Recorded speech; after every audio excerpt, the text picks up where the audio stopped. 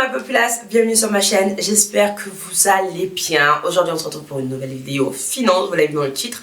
On va parler du dépense 0 €.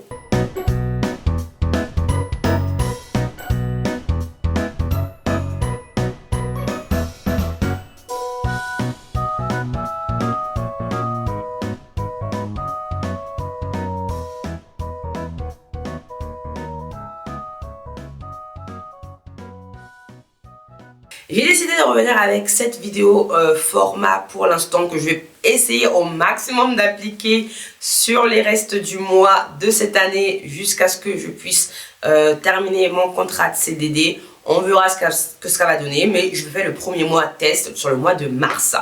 Je vous l'ai expliqué dans ma petite vidéo, mon retour sur YouTube. Je suis actuellement en CDD sur une petite période sur Paris, le temps de remettre un peu plein de choses en ordre avant du coup de repartir en Italie.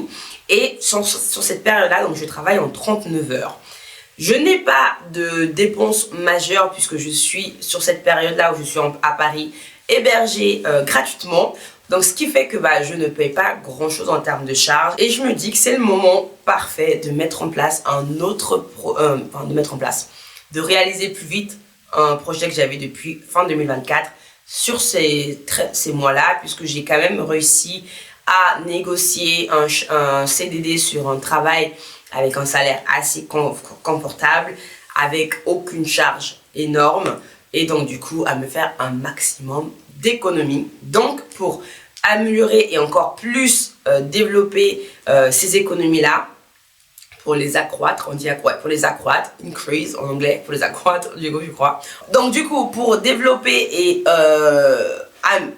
accroître mes épargnes, j'ai décidé de m'imposer un challenge zéro dépense. Alors zéro dépense, on s'entend, il y aura quand même évidemment des dépenses. Oui, je suis hébergée gratuitement, oui je n'ai pas de recharge, mais j'ai quand même des dépenses obligatoires à faire tous les mois. C'est-à-dire payer mon téléphone, payer ma carte de transport, payer, je crois que j'ai l'assurance de ma chienne que j'ai toujours. Bref, j'ai quelques petites dépenses qui vont rester.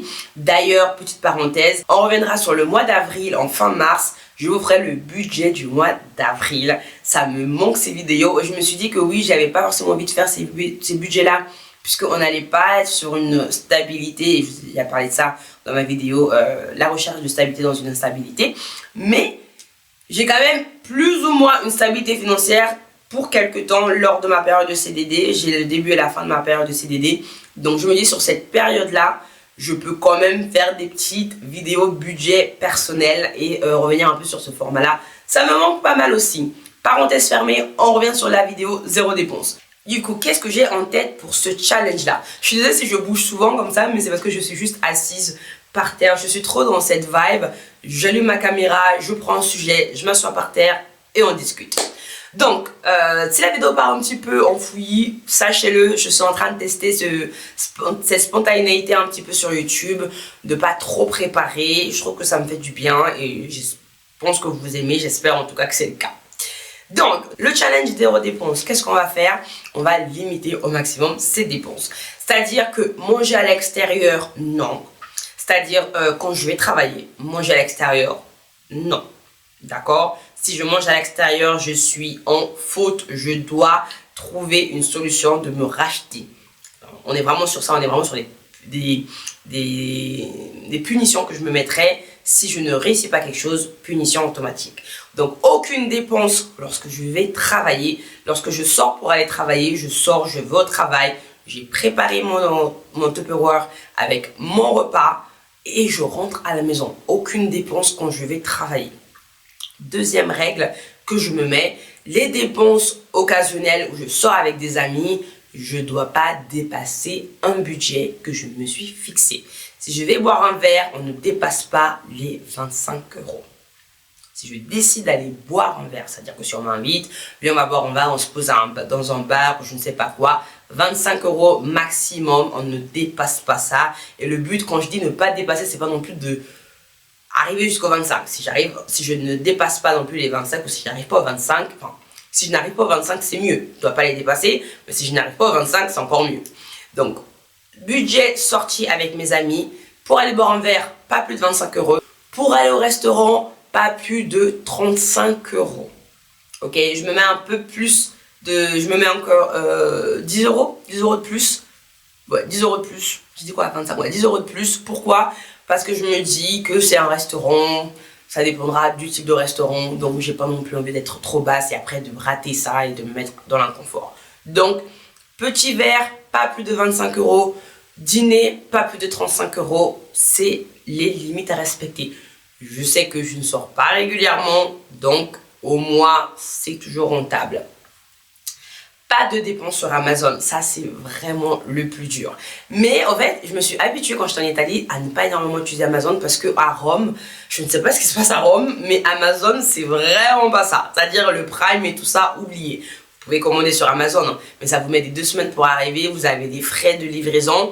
Donc en fait, ça m'a permis de réduire pendant 7-8 mois ma consommation Amazon quand j'étais en Italie, à Rome particulièrement, parce que je sais qu'à Milan, c'est pas le cas.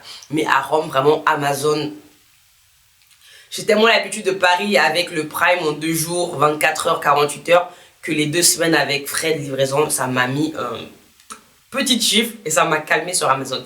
Donc je me dis que j'aimerais bien rester dans ça et ne pas replonger dans mes travers parce que vraiment à Paris, la surconsommation pour moi c'est tellement facile que je vais éviter. Donc ce que je me suis dit, c'est pas de dépenses Amazon. C'est-à-dire que si je dois m'acheter un truc, au pire des cas, et que c'est une urgence, par exemple là, je sais que je dois m'acheter un petit cahier, où je voudrais un petit carnet pour pouvoir noter mes idées YouTube et parce que j'ai des idées en avance, etc. Et tout, parce que là, j'utilise des petits blocs-notes comme ça et tout ça, mais c'est une galère parce que ça peut s'échapper, je peux perdre la feuille et tout, donc j'aimerais quand même un petit cahier et tout. À l'époque, il fut un temps où j'ai pas le temps d'aller chez Ma ou Action, je commande sur Amazon. Là, non. Je vous dis ça, mais j'ai quand même fait pas mal de commandes sur le mois de février. J'ai commandé un gros mug qui ressemble pas à une Stanley, mais qui n'est pas une Stanley. J'ai commandé mes produits beauté, mes produits soins capillaires sur Amazon et tout. Mais l'idée là, c'est plus d'Amazon pour tout. Je vois une idée comme ça, je crois que j'ai envie d'un petit truc. Non. Non, non, non. Amazon, vraiment, le strict nécessaire. C'est-à-dire que pour, à la limite, les produits capillaires, parce que parfois c'est plus simple, je vais pas mentir, et j'en ai besoin. Donc, j'en ai besoin. Produits nécessité dont j'ai besoin, je fais Amazon. Sinon, c'est tout. Pas de... je veux bien une petite boîte de rangement, un truc. Non. Ok, donc pas d'Amazon. Autre règle, quatrième règle. Quatrième règle, c'est ne pas... Ça va être dur, ça. Ne pas sortir et dépenser inutilement parce que je n'ai pas de budget. Je m'explique. Quand vous travaillez et que vous avez un salaire qui est plus haut que vos dépenses, c'est déjà la base, normalement, mais que vous avez des dépenses tellement réduites, vous vous dites, bah oui, mais comme je dépense pas dans ça, je peux me faire plaisir. Non, non, non, non, non. Je me fais plaisir pas avec mon argent, je me fais plaisir avec une activité, je me fais plaisir en regardant un film sur Netflix qui est déjà dans mon abonnement que je paye au mois, donc je vais aller regarder un film sur Netflix, je vais pas aller au cinéma parce que je paye déjà Netflix, c'est mon cinéma tous les mois, d'accord? Donc en fait, je vais me faire plaisir avec des choses que j'ai déjà ou qui sont déjà inclus dans mes charges, mais je vais pas rajouter des extra charges pour me faire plaisir. Donc ça va être très compliqué parce que je sais que j'ai toujours cette notion, moi, de me faire des petits plaisirs quand je réussis une tâche ou que je coche un objectif. Là, par exemple, j'ai coché un objectif, c'était de valider mon semestre 1. Je les ai validés. Donc, du coup, je me suis dit, ah, je vais me faire plaisir. Et je suis allée m'acheter quelque chose. Mais je l'ai acheté avec un tips qui m'a été donné par le client. Ce n'est pas une dépense supplémentaire. C'est une dépense qui n'était pas prévue. Enfin, c'est une entrée d'argent qui n'était pas prévue. Du coup, qui est ressortie sur une dépense personnelle. C'est un calcul parfait. Si je peux, oui. Si j'ai des tips, je vais utiliser mes tips pour me faire mes petites dépenses plaisir. Sinon, bah, je vais me faire mon petit Tupperware avec ma nourriture que je vais ramener au travail. On n'a pas de plaisir extra. D'accord? Les plaisirs, c'est la base de ce qu'on a déjà. Ça va être très très difficile. Je vous assure, ça va être vraiment le plus difficile pour moi. Parce que là, je me dis déjà justement, oh, je vais pouvoir avoir, j'ai tellement peu de charges et je vois mon salaire, je me dis ça va être tout dans mon compte. Il faut vraiment que j'arrive à comprendre qu'en fait, non, c'est dans mes épargnes, ça ne va pas toucher mon compte, ça va juste transiter, ça va passer de mon compte à mes épargnes. Voilà. Et la dernière dépense que je veux faire, c'est aussi de pas faire de dépenses superflues. Je vais faire une vidéo très rapidement sur je ferai une vidéo bientôt sur ma non-consommation parce qu'en étant dans cette vie un peu de nomade, où je n'ai pas réellement d'appartement depuis 1 an et demi, où je suis un peu à droite à gauche, mes valises sont à Paris, en Italie, bref, voilà.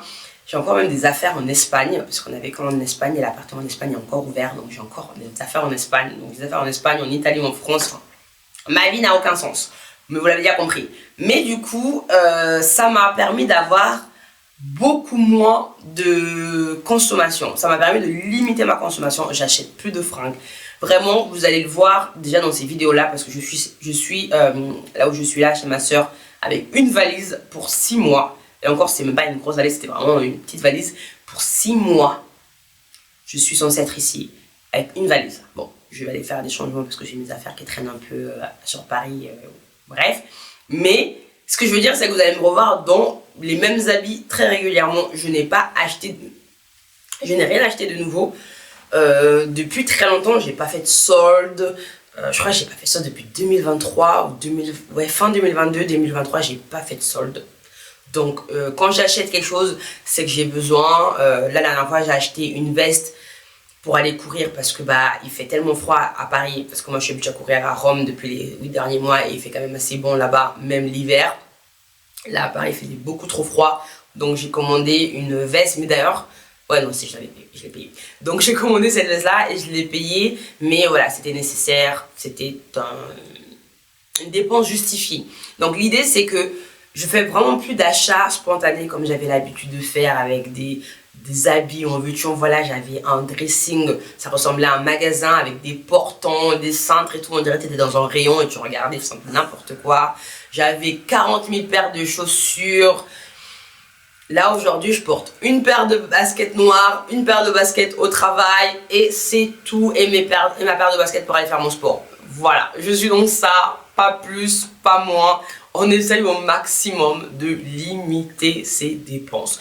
Je vous tiendrai au courant à la fin. Je pense qu'on fera des petits updates dans le mois de mars. Peut-être une vidéo ou deux où je ferai un petit update avec vous au bout de 2 semaines. Et après, du coup, à la fin du mois, pour voir où j'en suis dans mon challenge et si j'ai réalisé ce challenge-là. C'est-à-dire, pas de dépenses superflues, pas de je mange à l'extérieur, limiter les sorties avec un budget bien serré, évidemment suivre son budget et épargner au maximum son salaire vu que nous n'avons pas de grosses charges.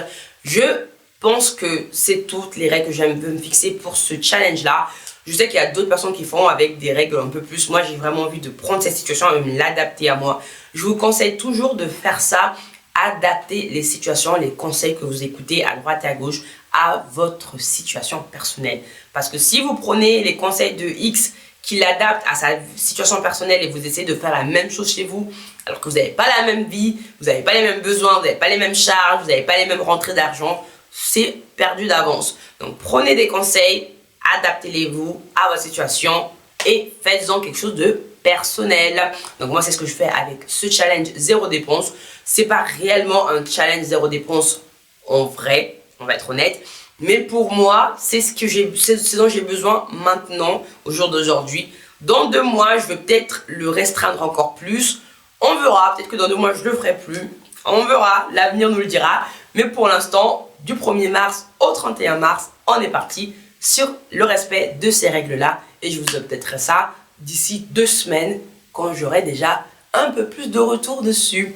Donc, en est-il? J'espère que ce format de vidéo vous plaît, parce que moi, ça me fait vraiment du bien de le faire. Et vraiment, je vous remercie de vos vues. N'oubliez pas de me laisser des petits pouces en l'air, ça me motive de dingue. Je sais que vous regardez la vidéo si vous avez aimé la vidéo, si vous avez aimé le sujet, ou si vous avez aimé une idée dans le sujet. Laissez-le moi savoir avec un pouce en l'air, un petit smiley, un petit commentaire pour me dire cette vidéo je l'ai bien aimée, ou dans cette vidéo j'aimerais que tu parles un peu plus de ça, est-ce que tu peux développer ça?